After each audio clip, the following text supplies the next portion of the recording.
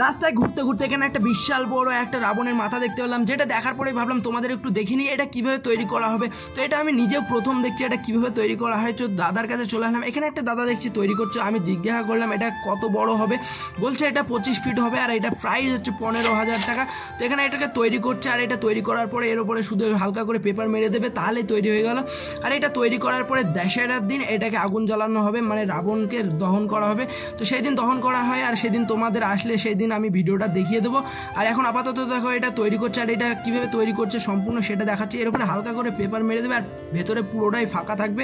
হয়তো ভাবছি আমি নিজেও তৈরি করতে পারবো, কে জানে, যে কাজটা পারে সেই কাজটা করাই ভালো। যাই হোক, দেখো এখানে দেখো রাবণটাকে রাখা আছে, আর এখানে তার দুটো পা রাখা আছে, পা দুটো কত বড় দেখতে পাচ্ছ আর কত ফাঁকা সেটা বুঝতে পারছো তোমরা। আর এটা বিশাল বড় হবে, বিশাল বড় হবে। তো এটা দেখো এখানে রাখা আছে, আর এর উপরে কিছু না হালকা করে পেন্টিংয়ের করে দেবে, মানে পেন্টিং করবে না, মানে কালারিং পেপার, যেগুলো এখানে এক্সাম্পল কিছু ছোট ছোট রাখা আছে, আর এখানে এগুলো তৈরি করছে। আর নেক্সট ভিডিও দেখার জন্য সবাই সাবস্ক্রাইব করো। ওকে, টাটা, বাই বাই, আবার দেখার জন্য কোনো ভিডিওই।